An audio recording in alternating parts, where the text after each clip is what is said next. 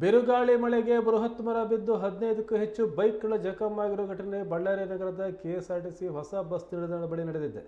Bus ನಿಲ್ದಾಣದ parking ಜಾಗದಲ್ಲಿ ಬೃಹತ್ ಮರ ಬಿದ್ದ ಪರಿಣಾಮ ಬೈಕ್ಗಳು ಜಖಂಗೊಂಡಿವೆ. ನಮ್ಮ ವಾಹನ ಸೇಫ್ ಆಗಿರಲಿತ್ತ ಪಾರ್ಕ್ ಮಾಡಿದ್ವಿ, ಆದರೆ ಮರ ಬಿದ್ದು ಬೈಕ್ಗಳಿಗೆ ಹಾನಿಯಾಗಿದೆ.